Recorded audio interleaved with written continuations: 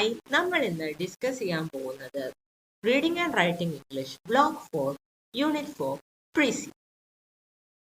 അതെന്താണ് പ്രീസീഡ്? അതിവിടെ നമുക്ക് കൊടുത്തിരിക്കുന്ന എക്സാമ്പിൾ നോക്കാം. In a world riddled with burning issues like poverty, hunger, wars, and pollution, every action of an individual has more implications than they realize. In our innocence, we might overlook the consequence of our own behavior. Constant and unwavering monitoring of one's own actions is fruitful in making a better world than criticizing others' way of conducting their business. It's a pretty well written little paragraph. It talks about what is going on in the world. പിന്നെ അതിനെ Kombat ചെയ്യാനായിട്ട് poverty, hunger, wars പോലുള്ള ഇഷ്യൂസിനെ Kombat ചെയ്യാൻ വേണ്ടിയിട്ട് നമുക്ക് എന്തെല്ലാം ചെയ്യാൻ പറ്റും. അപ്പൊ നമ്മുടെ ചെറിയ ആക്ഷൻസിന്റെ, നമ്മൾ ചെറുതാണെന്ന് വിചാരിക്കുന്ന ആക്ഷൻസിന്റെ കോൺസിക്വൻസസ് നമ്മൾ മനസ്സിലാക്കുന്നുണ്ടോ എന്നൊക്കെ പറയുന്ന ഒരു വെൽ റിട്ടൺ പാരഗ്രാഫ് ആണ് അത്. Now let's look at another way of writing the same.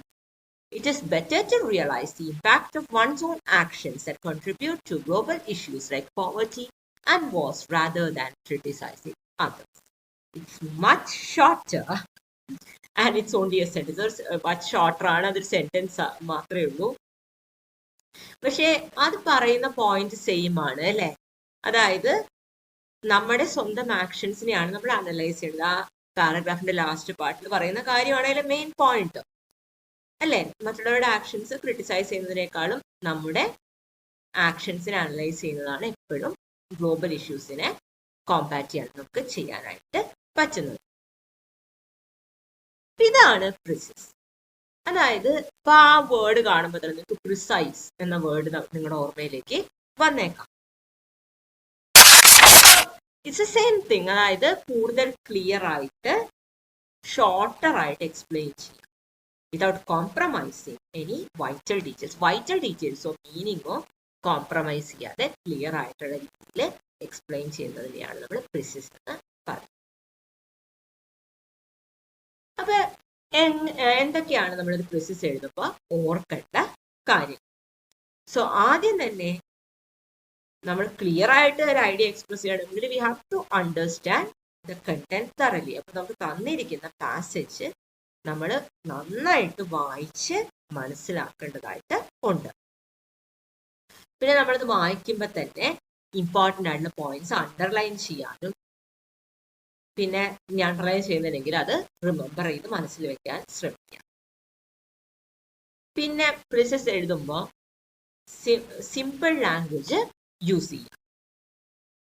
പിന്നെ അൺഇമ്പോർട്ടൻ്റ് ആയിട്ടുള്ള ഡീറ്റെയിൽസ് എല്ലാം റിമൂവ് ചെയ്യുക. അതായത് മൾട്ടിപ്പിൾ എക്സാമ്പിൾസ്, പിന്നെ സ്റ്റാറ്റിസ്റ്റിക്സ്, എക്സ്റ്റെൻസീവ് ആയിട്ടുള്ള സ്റ്റാറ്റിസ്റ്റിക്സ്, എസെൻഷ്യൽ ഡീറ്റെയിൽസ് മാത്രം കീപ്പ് ചെയ്യുക. അപ്പൊ ശരിക്കും പറഞ്ഞു കഴിഞ്ഞിട്ടുണ്ടെങ്കിൽ നമ്മൾ എസെൻഷ്യൽ ഡീറ്റെയിൽസിനെ ഫിൽട്ടർ ചെയ്തെടുക്കും. നമുക്ക് തന്നിരിക്കുന്ന ഒരു മേ ബി ഒരു ലാർജ് ഡാറ്റയിൽ നിന്ന് നമ്മൾ എസെൻഷ്യൽ ആയിട്ടുള്ള ഡീറ്റെയിൽസിനെ ഫിൽട്ടർ ചെയ്തെടുക്കുകയാണ് ചെയ്യുന്നത്. പിന്നെ നമ്മളൊരു എക്സാം പോയിന്റ് ഓഫ് വ്യൂവിൽ ഇതിനെ അപ്രോച്ച് ചെയ്യുമ്പോൾ, when we approach this whole thing from an examination point of view, precis നമ്മൾ എഴുതുമ്പോൾ അതിന്റെ ലെങ്ത് ഒറിജിനൽ പാസേജിന് 1/3 ആയിരിക്കണം. 1/3. പിന്നെ അതിന് സ്യൂട്ടബിൾ ആയിട്ടുള്ള ടൈറ്റിൽ കൊടുക്കാൻ ശ്രദ്ധിക്കുക. And it should be not too long or not too short. അത് ഗോൾഡി ലോക്സിന്റെ കാര്യം പറയുന്ന പോലെ just try to keep it reasonable. പിന്നെ പാസേജ് സ്മോൾ ആണെങ്കിൽ പ്രിസിസ് അതിനേക്കാളും ചെറുതായിരിക്കും. So precis always small. അപ്പൊ അതൊരു എസ്സേ അല്ല എന്നും അത് കൂടുതൽ ലെങ്തി ആവരുതെന്നും നമുക്ക് എപ്പോഴും ഓർമ്മ വേണം. പിന്നെ സമ്മറൈസ് ചെയ്യുക എന്നുള്ളത് നമ്മൾ ഐഡിയാസിനെ വേറൊരു രീതിയിൽ ഷോർട്ടായിട്ട് പറയാന്നാണ്. It does not mean adding new ideas. Summarise ചെയ്യുമ്പോൾ അതിൽ പുതിയ ഐഡിയാസ് വരാനായിട്ട് പാടില്ല. സോ പ്രിസിസ് എപ്പോഴും ഒറിജിനൽ ടെക്സ്റ്റിനോട് ട്രൂ ആയിരിക്കണം. Do not introduce your own ideas. പിന്നെ പ്രിസിസ് എപ്പോഴും തേർഡ് പേഴ്സണിൽ ആയിരിക്കണം. ഒറിജിനൽ ടെക്സ്റ്റ് ഫസ്റ്റ് പേഴ്സണിനാണെങ്കിലോ ഒറിജിനൽ ടെക്സ്റ്റ് ഡയലോഗ് ഫോമിലാണെങ്കിലോ ആ കാര്യത്തിൽ ഒരു വ്യത്യാസവും വരുന്നില്ല. പ്രിസിസ് എപ്പോഴും തേർഡ് പേഴ്സണിൽ ആയിരിക്കും. ഇനി നമുക്ക് ഇവിടെ ഒരു എക്സാമ്പിൾ നോക്കാം. So here A passage is given. അത് The Miracle of Mindfulness, an Introduction to the Practice of Meditation എന്ന ടെക്സ്റ്റിലെ ഒരു ഭാഗമാണ്. സോ നമുക്ക് ആദ്യം ഇത് വായിച്ചതിലെ മെയിൻ ഐഡിയാസ് എന്താണെന്ന് അണ്ടർസ്റ്റാൻഡ് ചെയ്യാം. അപ്പൊ ഫസ്റ്റ് തന്നെ പറഞ്ഞിരിക്കുന്നത് നോക്കുക, റൺ ചെയ്യാനോ സ്ട്രൈവ് ചെയ്യാനോ സെർച്ച് ചെയ്യാനോ സ്ട്രഗിൾ ചെയ്യാനോ ശ്രമിക്കേണ്ട കാര്യമില്ല. Just be. അപ്പോ നമ്മൾ ഒരു മൊമെന്റിൽ എക്സിസ്റ്റ് ചെയ്യുക, ഒരു പ്ലേസിൽ എക്സിസ്റ്റ് ചെയ്യുക and B mindful of it. അതാണ് മെഡിറ്റേഷന്റെ ഡീപ്പസ്റ്റ് ഫോം. പിന്നെ നെക്സ്റ്റ് പറയുന്നത്, മിക്ക ആളുകൾക്കും ജസ്റ്റ് എന്താ പറയാ എവിടേക്കാണ് പോകുന്നതെന്ന് അറിയാതെ നടക്കുന്നത് ഒരു ഫോം ഓഫ് മെഡിറ്റേഷൻ ആണെന്ന് അറിയില്ല. ബുദ്ധ പറഞ്ഞത്, എന്റെ പ്രാക്ടീസ് എന്ന് പറഞ്ഞിട്ടുണ്ട്, it is a practice of non practice. അത് വളരെ ഇമ്പോർട്ടൻ്റ് ആണ്. Just give up all the struggle, allow your selfs to be to rest. First പറഞ്ഞിരിക്കുന്ന പാരഗ്രാഫിലെ മെയിൻ ഐഡിയ എന്താണ്? To exist in the moment, to rest, അല്ലേ? വേറെ കാര്യങ്ങളൊക്കെ പറയുന്നുണ്ടെങ്കിലും that is the main idea. നമുക്ക് നെക്സ്റ്റ് പാസേജിലേക്ക് പോകാം. ഇപ്പൊ ഈ ആൾക്കാർ നിർവ്വാണയിലേക്ക് എൻ്റർ ചെയ്യുന്നതിനെ പറ്റി പറയും. But we are already there, നമ്മൾ ഓൾറെഡി അവിടെ ആണ്. എയിംലെസ്നെസ്സും നിർവ്വാണയും ഒന്നാണ്. പിന്നെ നമ്മളിൽ പലരും ലൈഫ് മുഴുവൻ ഓടുകയാണ് ചെയ്യുന്നത്. അപ്പൊ ആ ഓട്ടത്തിനെ സ്റ്റോപ്പ് ചെയ്യാനായിട്ട് പ്രാക്ടീസ് ചെയ്യാം. നമ്മുടെ ഗ്രേറ്റസ്റ്റ് ഫിയർ എന്താണെന്ന് വെച്ചിട്ടുണ്ടെങ്കിൽ, നമ്മൾ മരിക്കുമ്പോൾ നമ്മൾ ഒന്നുമല്ലാതാവും, വി ബിക്കം നത്തിങ് എന്നാണ് നമ്മുടെ ഗ്രേറ്റസ്റ്റ് ഫിയർ. നമ്മളിൽ പലരും വിശ്വസിക്കുന്നത് നമ്മുടെ എൻറ്റയർ എക്സിസ്റ്റൻസ് ഒരു ലൈഫ് സ്പാൻ മാത്രമാണ്. It begins the moment we are born or conceived and ends the moment where we die. നമ്മൾ വിശ്വസിക്കുന്നത് നമ്മൾ നത്തിങ്ങിൽ നിന്നാണ് വരുന്നത്, നമ്മൾ മരിച്ചു കഴിയുമ്പോൾ നമ്മൾ നത്തിങ് ആയിട്ട് തന്നെ മാറുന്നു എന്നാണ്. അപ്പം അത് നമ്മളെ വല്ലാതെ പേടിപ്പിക്കുന്നു. That fills us with a great fear. അപ്പോൾ ഈ പാസേജിൽ എന്താണ് പറയുന്നത്? എയിംലെസ്നെസ്സും നിർവ്വാണയും ഒന്നാണ്. പിന്നെ എന്താണ് മെയിൻ ആയിട്ട് പറയുന്നത്? You have to learn to stop. പിന്നെ നമ്മുടെ ഗ്രേറ്റസ്റ്റ് ഫിയർ നമ്മൾ മരിക്കുമ്പോൾ ഒന്നും അല്ലാതാവും എന്ന് ആണ്. So that's basically GIST of the main ideas. ഇനി നമുക്ക് നെക്സ്റ്റ് പാരഗ്രാഫിൽ എന്താ പറയുന്നത് നോക്കാം. The Buddha had a very different understanding of our existence. ബുദ്ധയുടെ മൈൻഡിൽ എക്സിസ്റ്റൻസിനെ പറ്റിയുള്ള അണ്ടർസ്റ്റാൻഡിങ് ഡിഫറെൻ്റ് ആയിരുന്നു. ആ അണ്ടർസ്റ്റാൻഡിങ് എന്താണെന്ന് വെച്ചിട്ടുണ്ടെങ്കിൽ ബർത്തും ഡെത്തും നോഷൻസ് മാത്രമാണ്, അത് റിയൽ അല്ല. നമ്മളത് ട്രൂ ആണെന്ന് വിചാരിക്കുന്നതാണ് ഒരു പവർഫുൾ ഇല്യൂഷൻ ആയിട്ട് മാറി നമ്മുടെ സഫറിങ് കോസ് ചെയ്യുന്നത്. ബുദ്ധ പഠിപ്പിക്കുന്നത് എന്താണെന്ന് വെച്ചിട്ടുണ്ടെങ്കിൽ there is no birth, there is no death, there is no coming, there is no going, there is no same, there is no difference, there is no permanent self, there is no annihilation. അപ്പോൾ basically നമ്മൾ ഒരു permanent ഡെത്തും ബർത്തും ഉണ്ടെന്നൊക്കെ വിചാരിക്കുന്നത് നമ്മുടെ വിചാരം മാത്രമാണ്, അതൊരു illusion ആണെന്നാണ് ബുദ്ധ പറഞ്ഞിരുന്നത്. നമ്മൾ ഡിസ്ട്രോയ് ചെയ്യപ്പെടാൻ പറ്റാത്ത ഒന്നാണ് എന്ന് നമ്മൾ മനസ്സിലാക്കുമ്പോൾ നമ്മൾ ഈ ഡെത്തിനെ പറ്റിയുള്ള ഈ ഫിയറിൽ നിന്ന് നമ്മൾ സ്വയം ലിബറേറ്റഡ് ആവും. അതൊരു ഗ്രേറ്റ് റിലീഫാണ്. അപ്പൊ അങ്ങനെ നമ്മൾ ലിബറേറ്റഡ് ആവുമ്പോൾ നമുക്ക് ലൈഫ് എൻജോയ് ചെയ്യാനായിട്ടും അപ്രീഷിയേറ്റ് ചെയ്യാനായിട്ടും പറ്റും. സോ എന്താണ് ഈ പാസേജിന്റെ മെയിൻ ഐഡിയ? അതായത് ബേസിക്കലി ബുദ്ധയുടെ അണ്ടർസ്റ്റാൻഡിങ് ആണ് ഈ പാസേജിലെ മെയിൻ ഐഡിയ. അതായത് ബർത്ത് ഡെത്ത് പോലെയുള്ളതിലെ നോഷൻസ് ആണ്, ഇല്യൂഷൻ ആണ്. പിന്നെ നമ്മൾ ഡിസ്ട്രോയ് ചെയ്യപ്പെടാൻ പറ്റുന്ന ഒന്നല്ല എന്ന് മനസ്സിലാക്കുമ്പോൾ we are liberated from fear. That's basically the gist. അത് എങ്ങനെയാണ് ഇതിന്റെ പ്രിസിസ് എഴുതിയിരിക്കുന്നത് നമുക്ക് നോക്കാം. അപ്പൊ ഇവിടെ ശ്രദ്ധിക്കുക, ആൾക്കാർ നത്തിങ്ങിൽ നിന്ന് വരുന്നു, നത്തിങ്ങിലേക്ക് പോകുന്നു എന്നുള്ള ചിന്ത ആണ് ആൾക്കാരെ സ്ട്രഗിൾ ചെയ്യാനും സെർച്ച് ചെയ്യാനും പ്രോംപ്റ്റ് ചെയ്യുന്നത്, നിർവ്വാണ പോലെയുള്ള തിങ്സ് അച്ചീവ് ചെയ്യാൻ. പക്ഷെ മനസ്സിലാക്കേണ്ട എന്താ വെച്ചിട്ടുണ്ടെങ്കിൽ നിർവ്വാണയും എയിംലെസ്നെസ്സും വൺ ആൻഡ് ദ സെയിം ആണ്. നമ്മൾ ഓൾറെഡി അവിടെ എത്തിയിട്ടുണ്ട്. നമ്മൾ ഡെത്തിനെ ഫിയർ ചെയ്യേണ്ട ആവശ്യമില്ല. അപ്പോൾ നമുക്ക് ഈ ഫിയറിൽ നിന്നൊരു റിലീഫ് കിട്ടും ബുദ്ധയുടെ റിയലൈസേഷനെ നമ്മൾ അണ്ടർസ്റ്റാൻഡ് ചെയ്താൽ. അതായത് ബർത്ത് ഡെത്ത് സെയിം ഡിഫറെൻറ്റ് പോലെയുള്ള കൺസെപ്റ്റ്സ് എല്ലാം ഇല്യൂഷൻസ് ആണെന്ന് നമ്മൾ മനസ്സിലാക്കിയാൽ, നമ്മൾ ഡിസ്ട്രോയ് ചെയ്യപ്പെടാൻ പറ്റാത്ത ഒന്നാണെന്ന് നമ്മൾ മനസ്സിലാക്കിയാൽ നമുക്ക് ലൈഫ് എൻജോയ് ചെയ്യാനും പീസിൽ ജീവിക്കാനും പറ്റും. അപ്പോൾ ഇത് ഇത് കെയർഫുൾ ആയിട്ട് നോക്കിക്കഴിഞ്ഞിട്ടുണ്ടെങ്കിൽ നമുക്ക് മനസ്സിലാവും. അതായത് ഇതിൽ നിന്നുള്ള പാസേജിൽ തന്നിട്ടുള്ള മെയിൻ ഐഡിയാസിനെ നമ്മൾ ഫിൽട്ടർ ചെയ്തെടുത്തിരിക്കുകയാണ്. And we have turned it into a very short yet effective form. അപ്പോൾ ഈ പാസേജിലെ മെയിൻ ആയിട്ടുള്ള എല്ലാ ഐഡിയാസും ഇതിലുണ്ട്.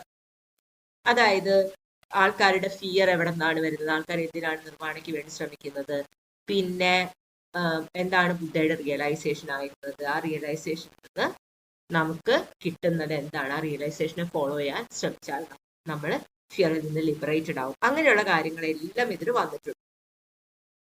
So that is how we effectively write a precis. Now let's look at some passages. അപ്പോൾ ഇവിടെ ഫസ്റ്റത്തെ പാസേജിൽ എന്തൊക്കെയാണ് പറയുന്നത് നമുക്ക് നോക്കാം.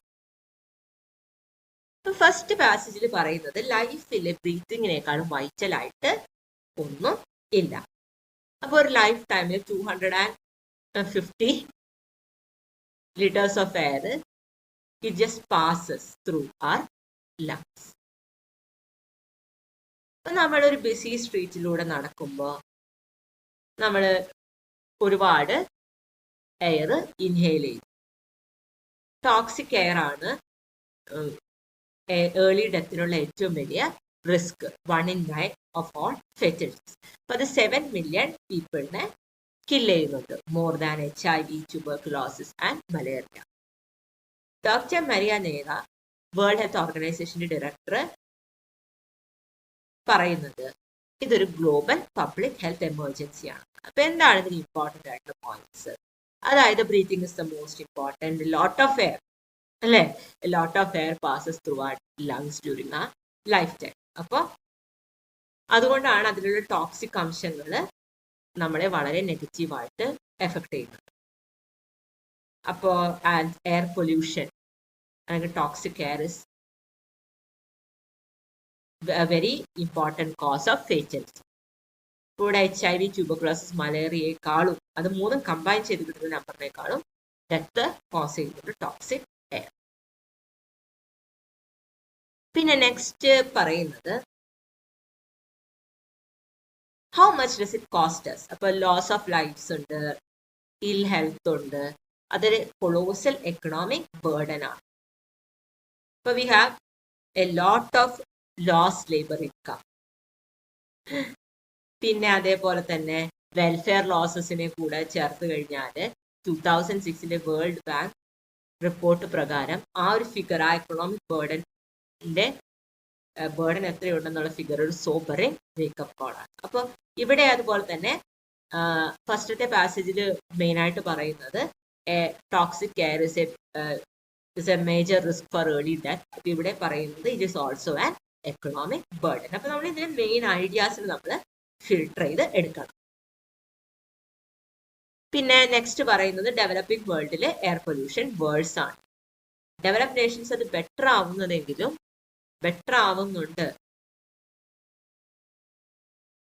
എന്നുണ്ടെങ്കിലും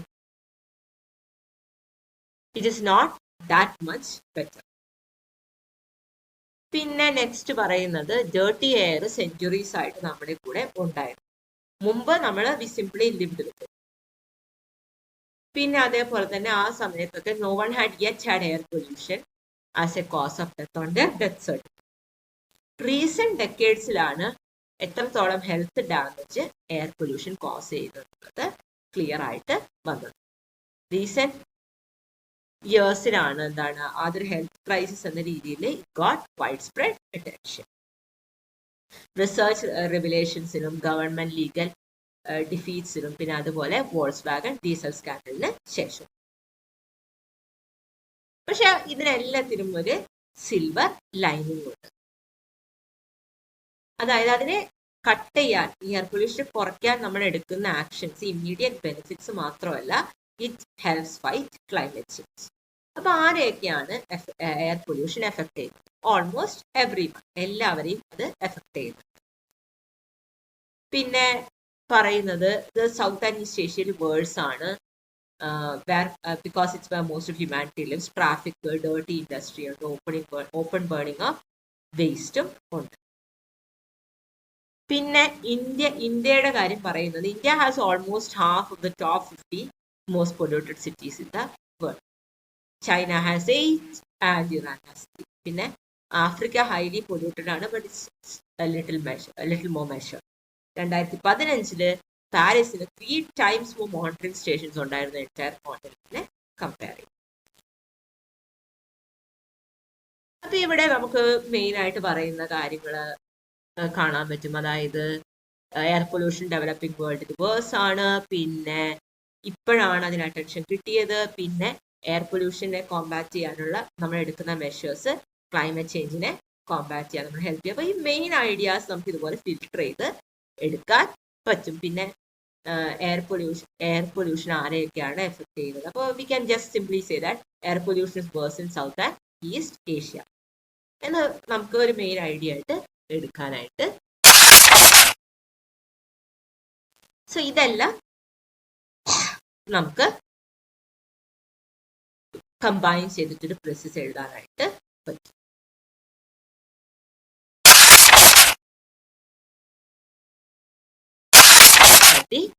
സെക്കൻഡ് പാസേജ്. അപ്പൊ സെക്കൻഡ് പാസേജ് ജവഹർലാൽ നെഹ്റുവിന്റെ വേർഡ്സ് ആണ് on the assassination of Mahatma Gandhi. So let's look at. അപ്പോൾ ജവഹർലാൽ നെഹ്റു പറഞ്ഞു തുടങ്ങുന്നത്, നമ്മുടെ ലൈഫിൽ നിന്ന് ലൈറ്റ് ഹാസ് ഗോൺ ഔട്ട്, അപ്പൊ ഇനി ഡാർക്ക്നെസ് മാത്രമേ ഉള്ളൂ. എന്താണ് പറഞ്ഞു തരേണ്ടതെന്ന് എനിക്കറിയില്ല. അവർ beloved leader, father of the nation മരിച്ചു എന്നാണ് പറഞ്ഞിട്ടാണ് ജവഹർലാൽ നെഹ്റു സ്റ്റാർട്ട് ചെയ്തത്. പിന്നെ അദ്ദേഹം പറയുന്നത്, perhaps I am wrong to say that he died, but it is a fact that will never see him again. നമ്മൾ ഈ ഒരുപാട് വർഷങ്ങൾ കണ്ട പോലെ അദ്ദേഹത്തെ ഇനി കാണില്ല എന്നുള്ളത് സത്യമാണ്. ഇനി അദ്ദേഹത്തിന്റെ അടുത്തേക്ക് അഡ്വൈസിന് വേണ്ടി പോകാൻ പറ്റില്ല. We cannot seek solace from him and that's A terrible blow. എനിക്ക് മാത്രമല്ല, ഈ കൺട്രിയിലുള്ള മില്യൺസ് ആൻഡ് മില്യൺസ്. പിന്നെ ആ ഒരു ബ്ലോ സോഫ്റ്റൻ ചെയ്യാൻ എനിക്ക് ഒന്നും ചെയ്യാനായിട്ട് പറ്റില്ല. എനിക്ക് നല്ല ആർക്കും ഒരു അഡ്വൈസും ഓഫർ ചെയ്യാൻ പറ്റില്ല. പിന്നെ നെക്സ്റ്റ് ജവഹർലാൽ നെഹ്റു പറയുന്നത്, ലൈറ്റ് ഹാസ് ഗോൺ ഔട്ട് എന്ന് ഞാൻ പറഞ്ഞു, പക്ഷെ അങ്ങനെ പറയുന്നതും തെറ്റാണ്. ഈ കൺട്രിയിൽ ഷൈൻ ചെയ്ത ലൈറ്റ് ഒരു ഓർഡിനറി ലൈറ്റ് ആയിരുന്നു. It had illuminated this country four so many years.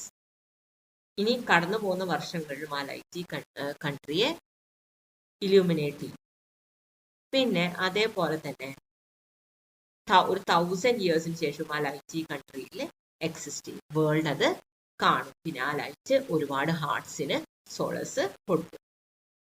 അപ്പൊ അത് എന്തുകൊണ്ടാണ് വെച്ചിട്ടുണ്ടെങ്കിൽ ആ ലൈറ്റ് ഇമ്മീഡിയറ്റ് പാസ്റ്റിനേക്കാളും കൂടുതൽ കാര്യങ്ങളെ റെപ്രസെന്റ് ചെയ്യുന്നു. അത് ലിവിങ്ങിനെ റെപ്രസെന്റ് ചെയ്യുന്നു, എറ്റേണൽ ട്രൂത്ത്സിനെ റെപ്രസെന്റ് ചെയ്യുന്നു, നമ്മളെ റൈറ്റ് പാത്ത് ഫോളോ ചെയ്യണമെന്ന് റിമൈൻഡ് ചെയ്യുന്നു, നമ്മളെ എറേഴ്സിൽ നിന്ന് പിന്തിരിപ്പിക്കുന്നു. പിന്നെ അതേപോലെ ഈ ഏൻഷ്യൻ കൺട്രിയെ ഫ്രീഡമിലേക്ക് കൊണ്ടുപോകുന്നു. അപ്പൊ ഇവിടെ നമുക്ക് ചില മെയിൻ ഐഡിയാസ് നമുക്ക് ഫിൽട്ടർ ചെയ്തെടുക്കാൻ പറ്റും അല്ലെ. Jawaharlal Nehru calls Gandhiji the light that illuminated the country. പിന്നെ അതേപോലെ and he says that although he said the light had gone out, the light will continue to shine for many, many years as it stands for something more than immediate past.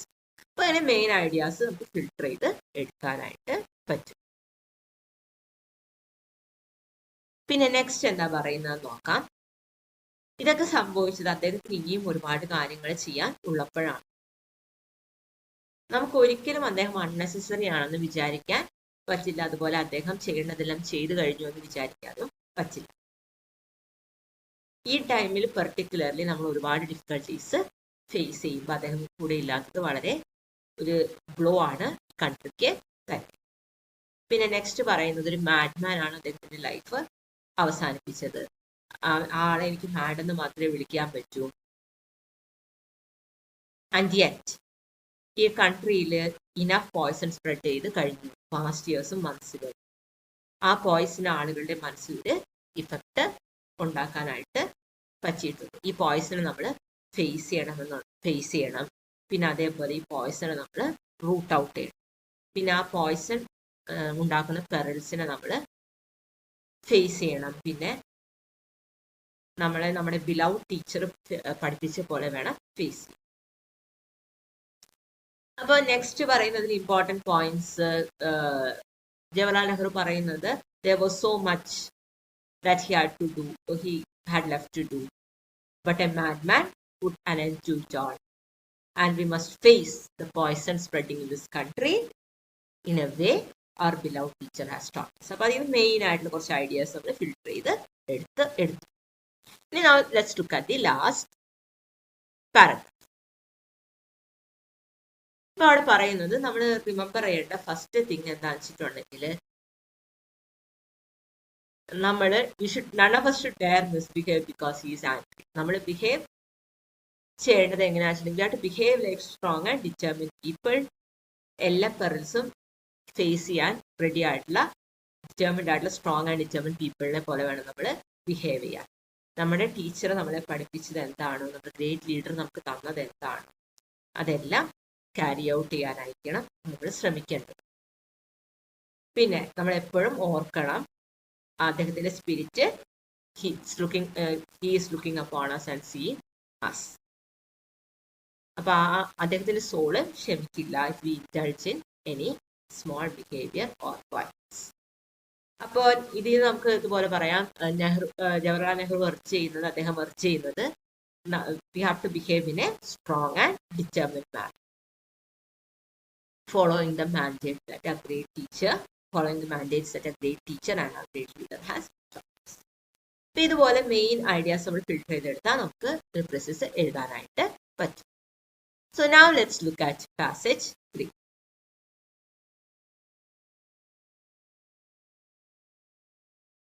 അപ്പൊ അതിൽ പറയുന്നത് എന്താ വെച്ചിട്ടുണ്ടെങ്കിൽ ഹിമാലയയും ഹ്യൂമൻസും സെനസോയിക് creatures ആണ്. സെനസോയിക്കിന്റെ meaning new life എന്ന് ആണ്. അത് എർത്തിന്റെ ഹിസ്റ്ററിയിലെ ലേറ്റസ്റ്റ് എറയാണ്. It encompasses the past 65 million years. Human സ്റ്റാൻഡേർഡ്സിൽ അത് ലോങ് പീരീഡ് ഓഫ് ടൈം ആണ്. പക്ഷേ എർത്തിന്റെ സ്കെയിലിൽ അത് എർത്തിന്റെ ഏജിന്റെ 1.5% മാത്രമേ റെപ്രസെന്റ് ചെയ്യുന്നുള്ളൂ. 65 million years ago the Mesozoic middle life era or age of reptiles end. അത് ഡൈനസോഴ്സിന്റെ എക്സ്റ്റിങ്ഷനോടെയാണ് എൻഡ് ചെയ്തത്. Also of many other species and Cenozoic or the age of mammals began. കൂടുതൽ പറയാനായിട്ടുള്ളത് എന്താണെന്ന് വെച്ചിട്ടുണ്ടെങ്കിൽ ഹിമാലയ ആണ് എർത്തിലെ യങ്ങസ്റ്റ് മൗണ്ടൻ. ജിയോളജിക്കലി സ്പീക്കിംഗ് അത് സ്റ്റിൽ ആക്റ്റീവ് ആണ്. It still rising towards the sky. There are many active faults and numerous earthquakes. ഒരുപാട് active ഫോൾട്സും numerous earthquakes ഉണ്ട് ഹിമാലയൻ റീജിയൻ. പിന്നെ അതേപോലെ തന്നെ ഹ്യൂമൻസും ആണ് എർത്തിലെ യങ്ങസ്റ്റ് സ്പീഷീസ്. ഹ്യൂമൻസും ഹ്യൂമൻ പൊട്ടൻഷ്യലിലേക്ക് റൈസ് ചെയ്തുകൊണ്ട് ഇരിക്കുകയാണ്. അപ്പൊ ഹിമാലയാസ് എർത്ത് ലാൻഡ് സ്ലൈഡ്സും ഉള്ളതുപോലെ തന്നെ ഹ്യൂമൻ കമ്മ്യൂണിറ്റീസിന്റെ ഡെവലപ്മെന്റിലും ചേഞ്ചസും ക്രൈസിസും ചാലഞ്ചസും എല്ലാം ഉണ്ട്. അപ്പൊ ഇവിടെ മെയിൻ ആയിട്ട് പറയുന്ന ഐഡിയാസ് എന്തൊക്കെയാണ്? അതായത് Himalaya and humans are both very young. അപ്പോൾ രണ്ടിന്റെ ഡെവലപ്മെന്റിനും പിച്ച് ഫോൾസ് ഉണ്ട്. ഇതൊക്കെയാണ് ഈ മെയിൻ ഐഡിയാസ് നമുക്ക് ഇതിൽ ഫിൽട്ടർ ചെയ്ത് എടുക്കാൻ പറ്റും. പിന്നെ നെക്സ്റ്റ് എന്താണ് പറയുന്നത് നമുക്ക് നോക്കാം. ഹിമാലയ ആണ് യങ്ങസ്റ്റ് മൗണ്ടൻ ആണ്. അത് പെട്ടെന്ന് ഒരു ദിവസം എക്സിസ്റ്റ് ചെയ്ത് വന്നതല്ല. ടെൻസ് ഓഫ് മില്യൺ ഇയേഴ്സ് എടുത്തിട്ടാണ് ഈ മൗണ്ടൻസ് ഫോം ചെയ്തത്. മെസസോയിക് ഇറ ബിഗാൻ ചെയ്തപ്പോൾ 245 million years ago Mesozoic era began ചെയ്തപ്പോൾ India, Africa, south America, Australia and Antarctica ഇതെല്ലാം ഒരു സൂപ്പർ കോണ്ടിനെന്റിന്റെ പാർട്ടായിരുന്നു സദേൺ ഹെമിസ്ഫിയറിലുള്ള. അതിന്റെ പേര് ഗോണ്ട്വാന എന്നാണ്. It was named after the Gond tribes in central India. ആ ട്രൈബ്സ് ലാൻഡിലാണ് ഫോർമർ സൂപ്പർ കോണ്ടിനെന്റിന് എവിഡൻസ് ഉള്ളത്. അത് ഫസ്റ്റ് ഡിസ്കവർ ചെയ്തത് മിഡ് 19th സെഞ്ചുറിയിലാണ്. ബ്രിട്ടീഷ് ജിയോളജിസ്റ്റ് ആണ് അത് ഡിസ്കവർ ചെയ്തത്. Geological survey of India in Calcutta. പിന്നെ ഒരു വാസ്റ്റ് സീ, ജിയോളജിസ്റ്റ് തെറ്റിസ് എന്ന് നെയിം ചെയ്ത ഒരു vast sea. Name Tethys comes after the wife of Oceanus in Greek mythology. ഗോണ്ട്വാനയ്ക്കും യുറേഷ്യയ്ക്കും ഇടയിൽ ഒരു വാസ്റ്റ് സീ ഉണ്ടായിരുന്നു. ഗോണ്ട്വാന സബ്സിക്വന്റ്ലി സ്പ്ലിറ്റ് ചെയ്തു സെവറൽ മേജർ ടെക്ടോണിക് പ്ലേറ്റ്സ് ആയിട്ട്. ഗോണ്ട്വാന 4 കോണ്ടിനെന്റ്സിന്റെ മദറായിരുന്നു. Antarctica, South America, Australia, Africa. പിന്നെ 1 സബ് കോണ്ടിനെന്റ് ഇന്ത്യ. പിന്നെ അതേപോലെ ഗോണ്ട്വാന 3 ഓഷ്യൻസിന്റെയും മദറായിരുന്നു. South Atlantic, the Antarctic and Indian oceans. ഈ കോണ്ടിനെന്റ്സിനെ സെപ്പറേറ്റ് ചെയ്യുന്ന ഈ ഓഷ്യൻസിന്റെയും മദറായിരുന്നു. അപ്പൊ ഇവിടെ എന്തൊക്കെയാണ് ഇമ്പോർട്ടന്റ് പോയിന്റ്സ്? ഇവിടെ we can talk about Gondwana. അതിനെ പറ്റിയുള്ള ഇമ്പോർട്ടൻറ്റ് പോയിന്റ്സ് പറയാം. It was a former supercontinent. പിന്നെ അതേപോലെ തന്നെ it was discovered by British geologist. അപ്പൊ അതിനെ പറ്റി നമുക്ക് പറയാം. പിന്നെ നെക്സ്റ്റ്, ഇന്ത്യൻ കോണ്ടിനെന്റൽ പ്ലേറ്റ് ഗോണ്ട്വാനയിൽ നിന്ന് സെപ്പറേറ്റ് ചെയ്തത് 120 million years ago ആണ്. എന്നിട്ട് അത് നോർത്ത് വേർഡ് ഡ്രിഫ്റ്റ് ചെയ്തു. തെറ്റിസ് ഓഷ്യൻ ചെറുതായി because it was subjected beneath the margin of Asia. Ocean floor rocks mainly basalt, continental rocksനേക്കാളും mainly granite heavier ആണ്. അപ്പോൾ അത് പുഷ് ചെയ്യപ്പെടുമ്പോൾ when they are pushed together, ocean floor എന്ത് ചെയ്യും? It subducts beneath the continental margin. അപ്പം അങ്ങനെ ചെയ്യുമ്പോൾ ഒരു മാഗ്നറ്റിക് ആർക്ക് വോൾക്കാനിക് റോക്സും ഗ്രാനൈറ്റ് റോക്സും ചേർന്നുണ്ടാവുന്ന ഒരു മാഗ്മാറ്റിക് ആർക്ക് പ്രൊഡ്യൂസ് ചെയ്യപ്പെടും ആ continental margin from the melting and upward rise of the subjecting Ocean crest. അതായത് മെൽറ്റ് ചെയ്ത് അപ്വേർഡ് സബ്ജക്ട് ചെയ്യുന്ന oceanic crest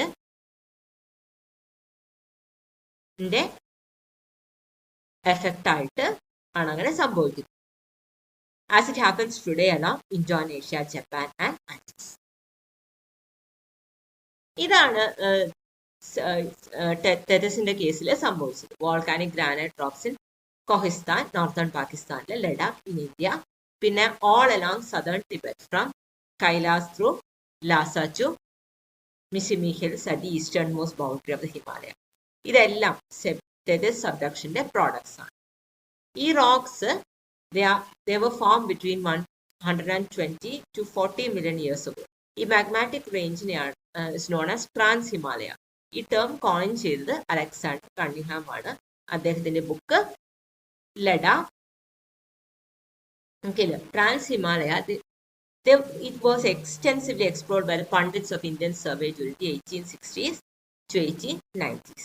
And also Swedish geographer Sven Hedin explore ചെയ്യുന്നു. Sven Hedin is the author of the 3-volume book Trans Himalaya 1909 to 1902. അപ്പോൾ എന്താണ് ഇവിടെ പറയുന്ന important points? Indian continental plate 120 million years ago ആണ് ഗോണ്ട്വാനയിൽ നിന്ന് separate ചെയ്തത്.